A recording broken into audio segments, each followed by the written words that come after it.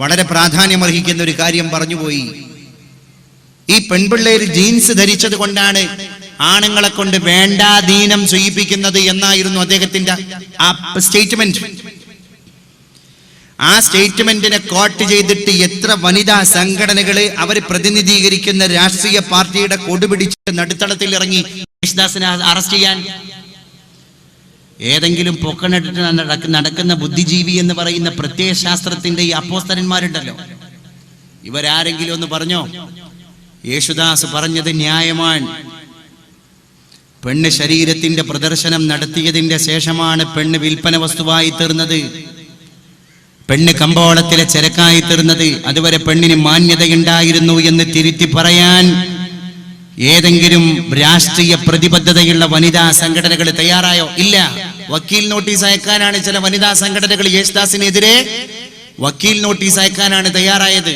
സ്ത്രീയുടെ സുരക്ഷിതത്വത്തിന് വേണ്ടി പക്വമതിയായി, അതും നല്ല എക്സ്പെർട്ടഡ് ആയിരിക്കുന്ന പരിചയ സമ്പത്തുള്ള ഒരു മനുഷ്യൻ. അദ്ദേഹം വേൾഡ് വൈഡ് വ്യൂ ഉള്ള ഒരു മനുഷ്യനാണ്. കാരണം ജീവിതത്തിന്റെ ഭൂരിഭാഗവും അദ്ദേഹം ചെലവഴിച്ചത് ഇന്ന് ഏറ്റവും അഡ്വാൻസ്ഡ് ആയിട്ട് മനുഷ്യൻ ജീവിച്ചു കൊണ്ടിരിക്കുന്ന അമേരിക്കയിലാണ്. ആ അമേരിക്കയിൽ ജീവിച്ച അവിടുത്തെ സിറ്റിസൺഷിപ്പ് ഉള്ള പൗരത്വമുള്ള ഒരു മനുഷ്യൻ കേരളത്തിൽ വന്നിട്ട് അത് പറയുമ്പോൾ അതിനെ അങ്ങനെ തള്ളേണ്ട ആളുകളല്ല നമ്മൾ. നമ്മുടെ ഗ്രാമീണ ശുചിത്വബോധവും ഗ്രാമീണ തനിമയും ഉണ്ടായിരുന്ന പെൺകുട്ടി എവിടെ പോയി? ഏത് മതത്തിൽപ്പെട്ട പെൺകുട്ടിയാണെങ്കിലും ശരി, ഒരു ഗ്രാമീണ തനിമ ആ പെൺകുട്ടിക്ക് ഉണ്ടായിരുന്നു. അത് വസ്ത്രധാരണത്തിൽ, അത് ഭാഷയിൽ, അത് സംസ്കാരത്തിൽ ഔചിത്യബോധമുണ്ടായിരുന്നു. എവിടെ പോയി ഇതൊക്കെ? തവക്കുൽ കിർമാൻ എന്ന് പറയുന്ന കഴിഞ്ഞ പ്രാവശ്യം സമാധാനത്തിലുള്ള നോബൽ പ്രൈസ് ഈ അടുത്തായി കൈലാഷ് സത്യാർത്ഥി ഇന്ത്യയെ പ്രതിനിധീകരിച്ച്, പാകിസ്ഥാനെ പ്രതിനിധീകരിച്ച് സാത്ത് താഴ്വരയിലെ പെൺകുട്ടികൾക്ക് വേണ്ടി വിദ്യാഭ്യാസത്തിന് വേണ്ടി ശബ്ദമുയർത്തിയ മലാല യൂസുഫ്സായി, കൈലാഷ് സത്യാർത്ഥിയും മലാല യൂസുഫ്സായിയും ഈ പ്രാവശ്യത്തെ സമാധാനത്തിലുള്ള നോബൽ പ്രൈസ് പങ്കിട്ടപ്പോ ഇവർക്ക് മുമ്പേ പാത തളിച്ച് കടന്നുപോയ ഒരു ഇസ്ലാമിക വനിത, ഉരുക്ക് വനിതയെ പോലെ ജീവിച്ചുപോയ ഈജിപ്തിന്റെ സന്തതി തവക്കുൽ കിർമാൻ അതിമനോഹരമായിട്ട് ഔറത്ത് മറച്ചിട്ട് ഇസ്ലാമിന്റെ പർദയും മഫ്തയും ധരിച്ചിട്ട് അറേബ്യൻ ഭരണാധികാരികളുടെ മുമ്പിൽ നോക്കി ചെങ്കൂറ്റത്തോടുകൂടെ സമാധാനത്തിന് വേണ്ടി, ഇസ്ലാമിന്റെ സമാധാനത്തിന്റെ അന്തരീക്ഷത്തിന്റെ മുകളിലൂടെ അനായാസം കൊക്കിൽ ചുണ്ടുകളിൽ സമാധാനത്തിന്റെ ഒലീവ് ചില്ലയും കൊത്തിയേന്തുന്ന വെള്ളരിപ്രാവിന്റെ ഭാഗം ചേരാൻ മതത്തിന്റെ ധർമ്മപുരാണങ്ങളെ കെട്ടടിച്ചിട്ട് പറഞ്ഞു കൊടുത്ത തവക്കുൽ കിർമാൻ, ആ തവക്കുൽ കിർമാനോട് നോബൽ പ്രൈസ്, സമാധാനത്തിന്റെ നോബൽ പ്രൈസ് വാങ്ങിയതിന്റെ ശേഷം വിദേശ മാധ്യമ പട വന്നിട്ട് ചോദിക്കുകയുണ്ടായി, പ്രിയപ്പെട്ട തവക്കുൽ കിർമാൻ, അങ്ങ് എന്തുകൊണ്ട്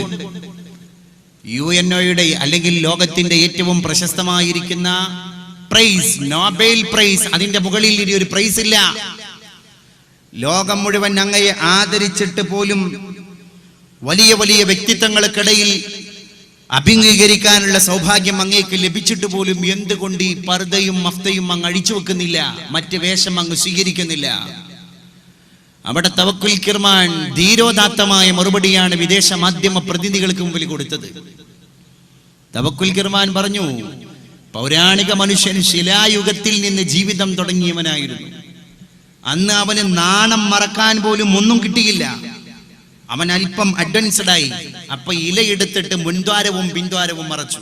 അല്പം കൂടി കടന്നു വന്നു, മൃഗത്തെ വേട്ടയാടി ആ മൃഗത്തിന്റെ തൊലി വെയിലേറ്റിട്ട് പരുപരുത്തതായപ്പോ ആ മൃഗത്തിന്റെ തൊലിയെ വസ്ത്രമായി ഉപയോഗിച്ചു. അപ്പോഴും ആ ശിലായുഗത്തിലെ എന്റെ പ്രിയപ്പെട്ട മാതാവ്, ആ ശിലായുഗത്തിലെ എന്റെ പിന്മുറക്കാരി, എന്റെ മുൻഗാമി, ആ മുൻഗാമി മാറുമറക്കാൻ പോലും വസ്ത്രത്തിന്റെ കഷ്ണം കിട്ടാതെ പെടാപ്പാടുപെടുകയായിരുന്നു. വീണ്ടും അവർ ഒന്നുകൂടി സംസ്കാര ചിത്തരായപ്പോ അവര് ശരീരത്തിന്റെ ചില ഭാഗങ്ങളൊക്കെ മറച്ച് മനുഷ്യന് വിദ്യാഭ്യാസവും സംസ്കാരവും കിട്ടിയപ്പോ എന്നെ പോലെ പൂർണ്ണമായി വസ്ത്രം ധരിക്കാനുള്ള ഒരു അഭിനിവേശത്തിലേക്ക്, ഒരു സംസ്കൃതിയിലേക്ക്, ഒരു സാംസ്കാരിക തനിമയിലേക്ക് ലോക ജനത കടന്നു വന്നു. അതുകൊണ്ട് എന്റെ പർദയും മഫ്തയും അഴിച്ചു മാറ്റി ശിലായുഗത്തിലേക്ക് നിങ്ങളെപ്പോലെ തിരിച്ചു പോകാൻ എൻ്റെ വ്യക്തിത്വം എന്നെ അനുവദിക്കുന്നില്ല എന്ന് പറഞ്ഞപ്പോൾ മൈക്ക് പിടിച്ചിട്ട് ഈ ഇന്റർവ്യൂക്ക് വേണ്ടി മൈക്ക് പിടിക്കുന്ന ബ്ലൗസും ബിക്കിനിയും ജീൻസും ധരിച്ച ബ്രിട്ടീഷ് മാധ്യമ പ്രവർത്തക പോലും ചമ്മിപ്പോയി, ചൂളിപ്പോയി.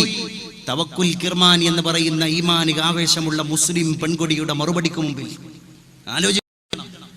നമ്മുടെ വേഷത്തെ വലിച്ചെറിഞ്ഞിട്ട് അന്യന്റെ വേഷം തൊണ്ട തൊടാതെ വിഴുങ്ങിയിട്ട് അതിനുവേണ്ടി പഞ്ഞപ്പാട്ട് പാടുന്ന ആളുകളായിട്ട് മുസ്ലിം പെങ്ങന്മാര് മാറിയാൽ, എന്റെ പ്രിയപ്പെട്ട പെങ്ങളെ, എന്തിനാണ് പിന്നെ നിനക്ക് അഖീദയും അഖ്ലാഖും ദീനിയാത്തും?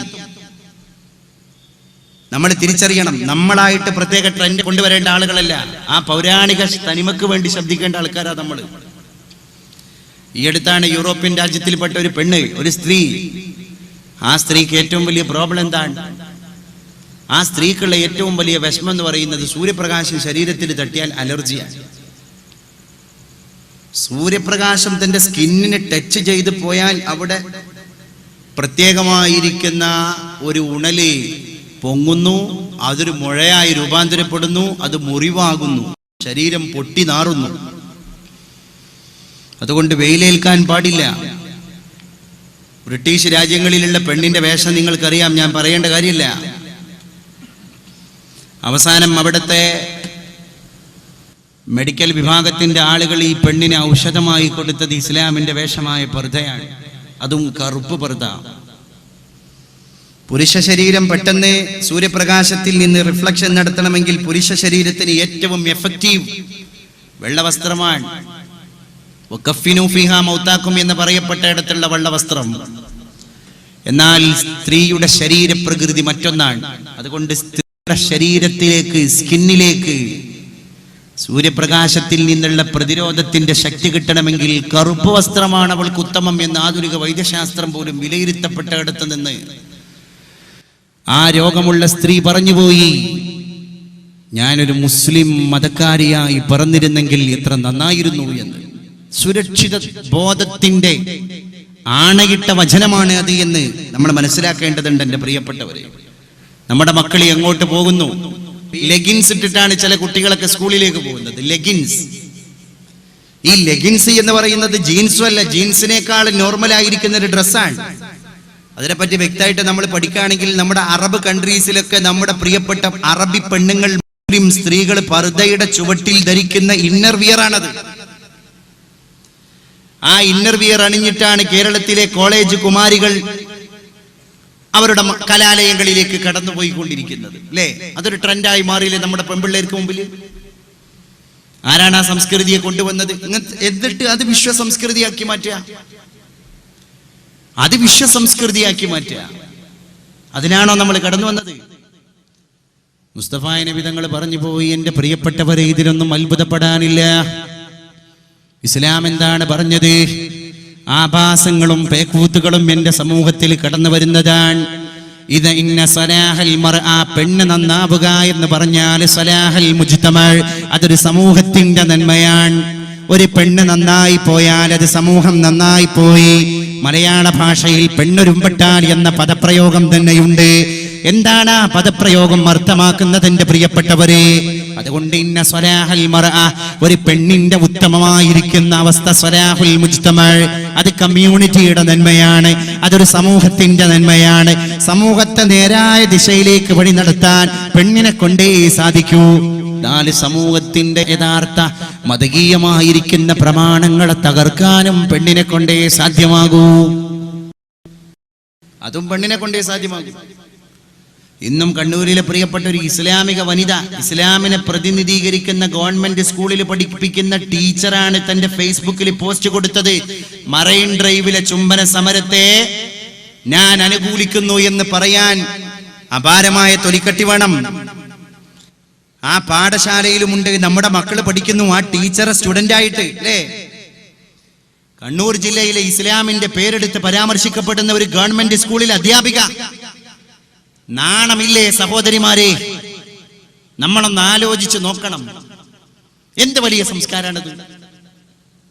അല്ലാഹുവിന്റെ റസൂൽ സല്ലല്ലാഹു അലൈഹി വആലിഹി വസഹബിഹി വസല്ലം നബി തിരുമേനി പറഞ്ഞു പോയി, എന്റെ സമൂഹം ഫസാദായി ഫസാദായി ഫസാദായി ഫസാദിയത്ത് എവിടെ നിൽക്കും?